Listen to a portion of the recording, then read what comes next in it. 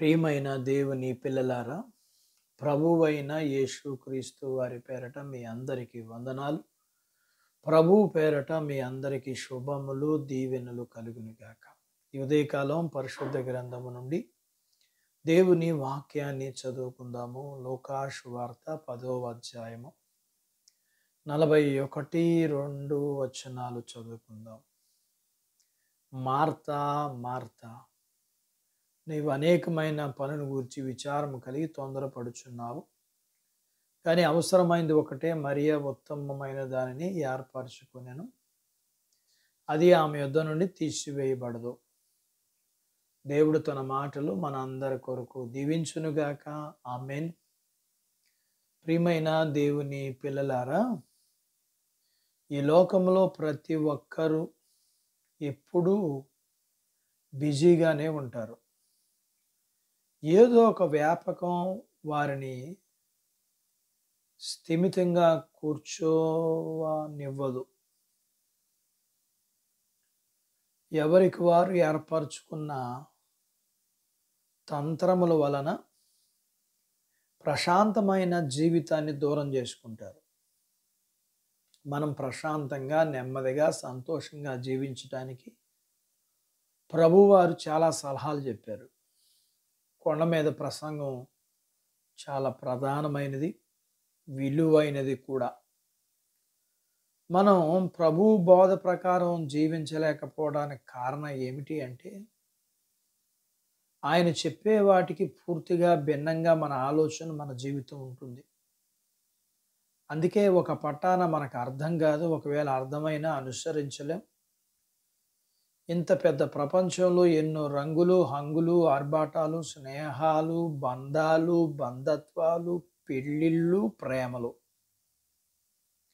ఈ లోకము నుండి మనల్ని విడదీయలేనివి ఎన్నిటినో మనం కాదని చెప్పడం అనేది మన వల్ల కాని పని. ఇలాంటి ఆచరణ సాధ్యం కాని బోధ చేసినప్పుడు అనేకులు ఆయనను వెంబడించడం మానేసి వెనుదిరిగి వెళ్ళిపోయారు. ఇంకా మళ్ళీ ఎప్పుడూ రాలేదు.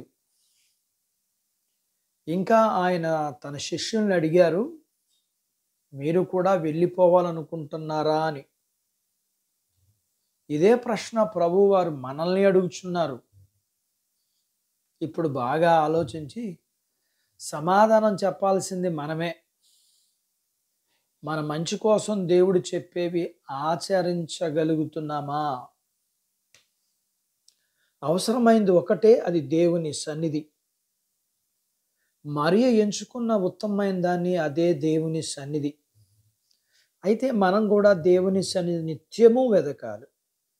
ఎలా వెతకటం అంటే, మనం ఏం పని చేస్తున్నా, ఎక్కడికి వెళ్తున్నా, మన హృదయంలో, మన ఆలోచనలో దేవుని గురించి తలపోసుకుంటూ ఉండడం దేవుని వెతకటం అంటే.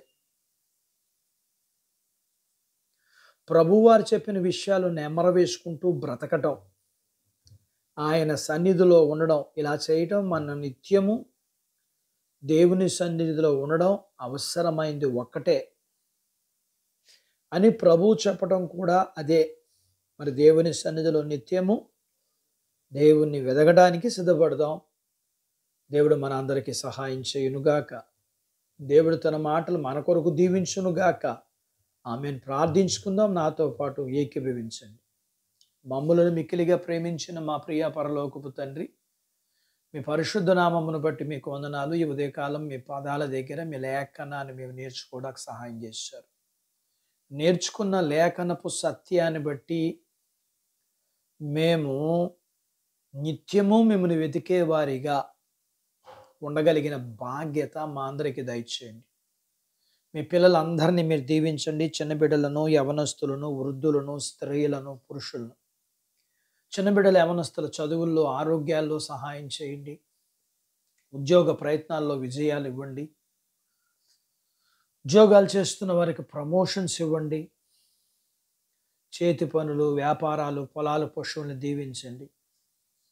వివాహాలు కాని వారికి అవటానికి, అయిన వారికి గర్భఫలము లేకున్న వారికి గర్భఫలాలు ఇమ్మని, మీరిచ్చిన గర్భఫలములు కలిగిన వారికి సుఖమైన ప్రసూతి ఇమ్మని, ప్రసూతైన తల్లి పిల్లలకు ఆరోగ్యాలు ఇమ్మని, మీ పిల్లల అవసరాలు, సమస్యలు, బలహీనతలు ఉన్న రుణాలు కూడా తీర్చి మీ పిల్లల్ని మీరు ఆశీర్వదించమని యేసు ప్రభు వారి పేరట స్తుతించి ప్రార్థించి అడిగినవన్నీ పొందుకుని ఉన్నాము తండ్రి. ఆమెన్. దేవుడు మిమ్మల్ని దీవించునుగాక. ఆమెన్.